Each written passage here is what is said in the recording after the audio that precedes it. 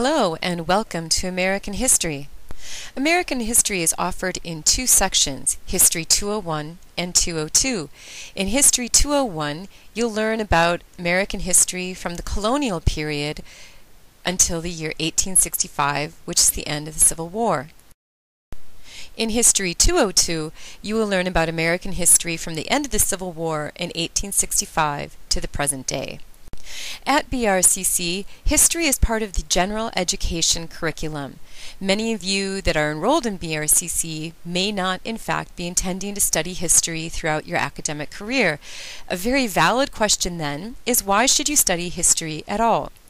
I'd like to address this question even if you are, in fact, planning on continuing your studies in history. One of the most valuable aspects of studying history is that you can come to understand different viewpoints. And this is true for American history, world history, African American history, or any other type of history that you'd ever want to study. This is important because, as we know, one story does not just have one side to it. For example, the voyage of Christopher Columbus involves many people and many different viewpoints, ranging from the Spanish court that sent him on his voyage, his shipmates that were with him on the voyage, and the people that he encountered. These multiple viewpoints can be synthesized together to tell a more complete story of a historical event. These multiple viewpoints are documented in some way. We call that historical evidence, whether this is in the form of a journal or a speech or something else that historians generally recognize as credible evidence.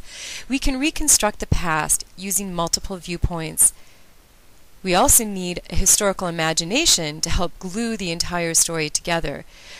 With any history, there are going to be some gaps, and we can fill those in with logic, reasoning, only secured at the cornerstone with using evidence.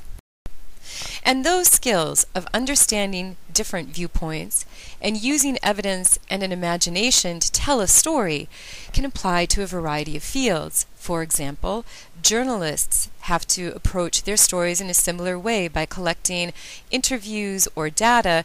They can put together a story on a current event. Likewise, business people can model future projections of income or success or failure of a business idea based on evidence and their imagination. In other words, the study of history offers a fundamental basis for a variety of fields. I thank you for watching this video and wish you every success in your study of American history.